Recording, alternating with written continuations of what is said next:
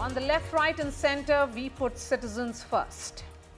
Two incidents, two stories which concerns each one of us. There is no end to the manhole tragedies in maximum city, Mumbai. India's financial capital saw the death of a 45-year-old Vimal Gaikwad, a mother of two and the family's sole breadwinner, after she fell into a manhole in a waterlogged street last night. This year alone, 7 people have died in manhole tragedies in the maximum city. Last month, Sunil Wakude, a labourer, opened a BMC manhole in Borivali West for cleaning drains without the civic body's permission. He died later. Earlier in April, 3 people, Raghu Solanki, Javed Sheikh and his brother Akib Sheikh, fell into a manhole in Malad East. Raghu had fallen into the 30 feet deep manhole and brothers Javed and Akib tried to save him. Raghu and Javed died in the incident. These aren't some statistics, but shows failure at all levels in India's richest civic body, the BMC. It has faced increased scrutiny since 2017 when the medical practitioner lost his life after falling into an open manhole. Are our lives so cheap, we ask? Who will take the responsibility of this crumbling infrastructure in Mumbai? Our top story is the Central Drug Regulator, which has released 2 lists. One containing the names of 53 drugs that failed the quality tests, and the other of 5 drugs that were found to be spurious or adulterated in August 2024, that's last month. Medicines, including common ones like paracetamol, which is used for fever, or metformin, which is the first line of treatment for diabetes, and pantoprazole, which is used for acidity, were found to be spurious or not of a particular or standard quality. This was part of a routine testing exercise by the Central Drugs Standard Control Organization, which does these random sample checks. These are drugs in which contaminants or adulterants are present and can cause direct harm to people consuming them. The drug regulator usually recalls drugs that are found to be adulterated. And one of the major dangers of taking any substandard medication is the risk of prolonged health issues. So what should the viewers do? What should you do? This is the question that I ask experts. Let me bring in my guests now. Dr. Viranchi Shah is National President of Indian Drug Manufacturers Association.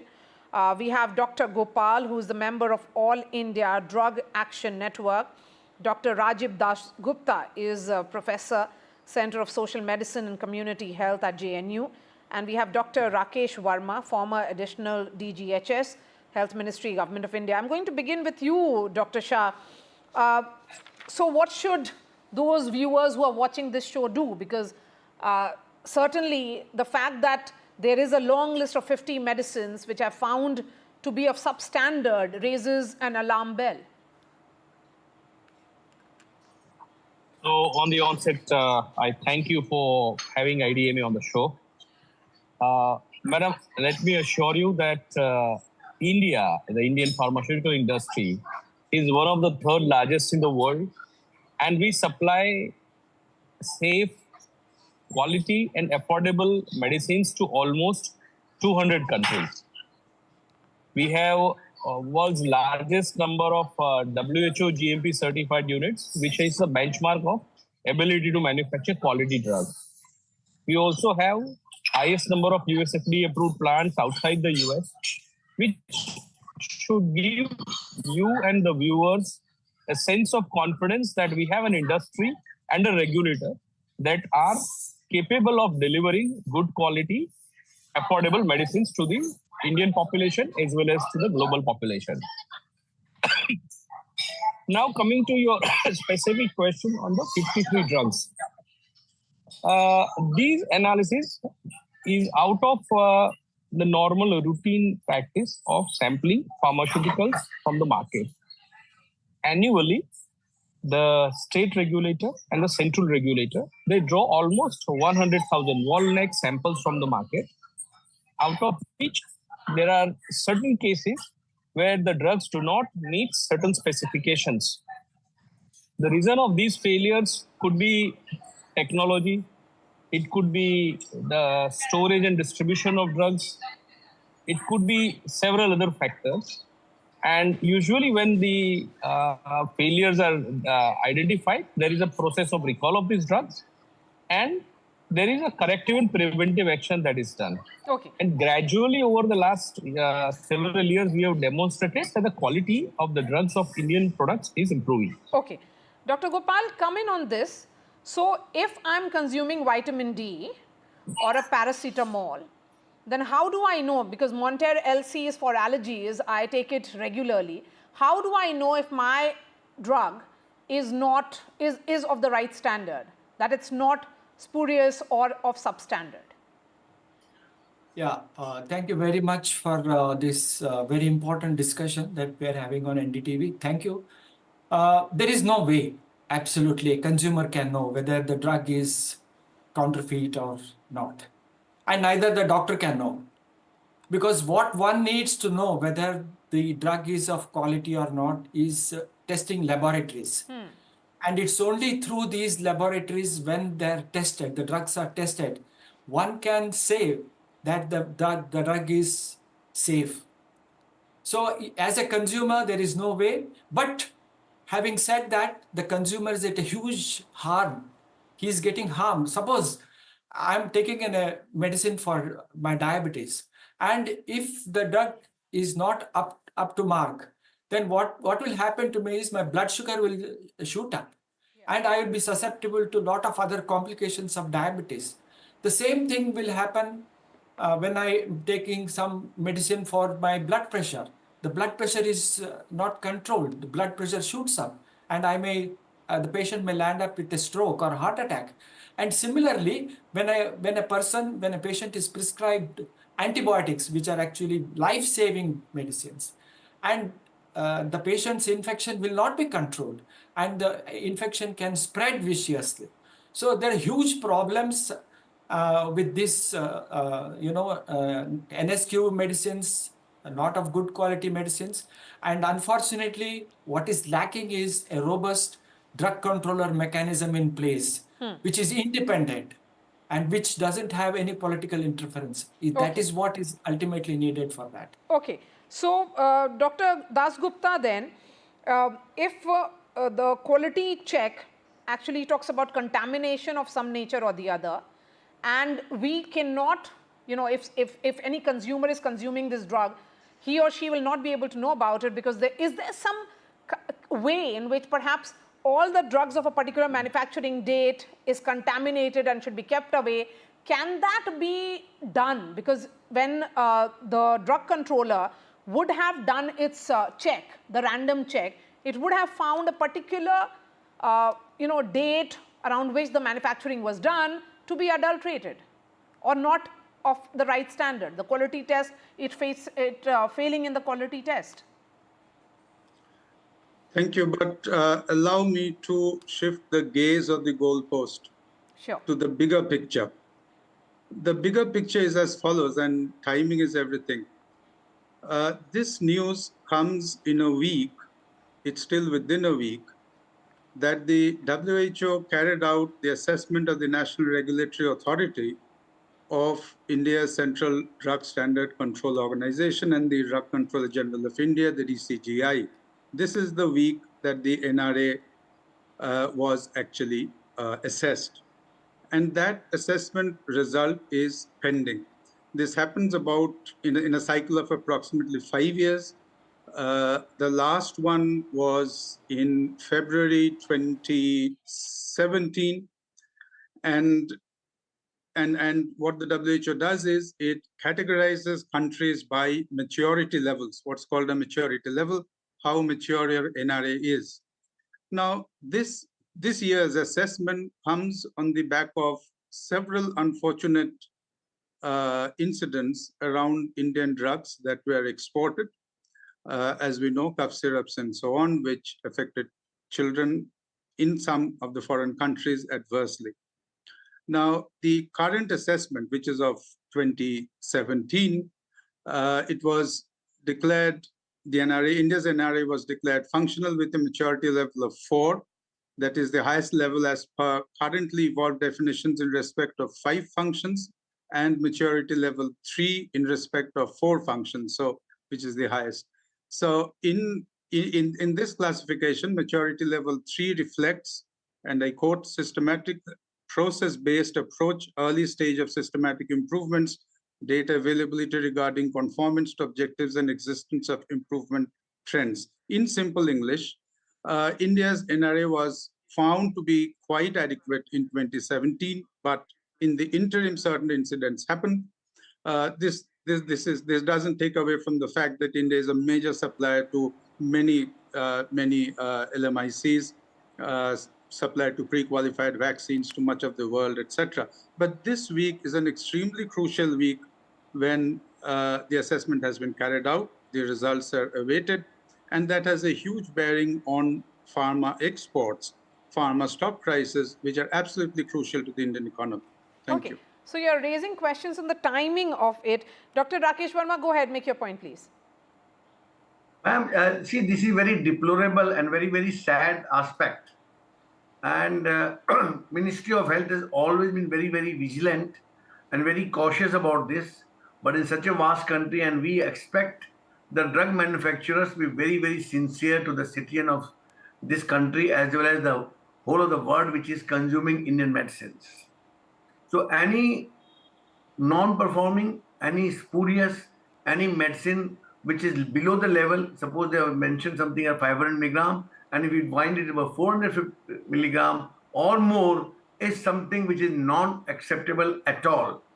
The country's laws are stringent, but their implementation requires a huge amount of manpower and patience by both consumer as well as by the person who is manufacturing.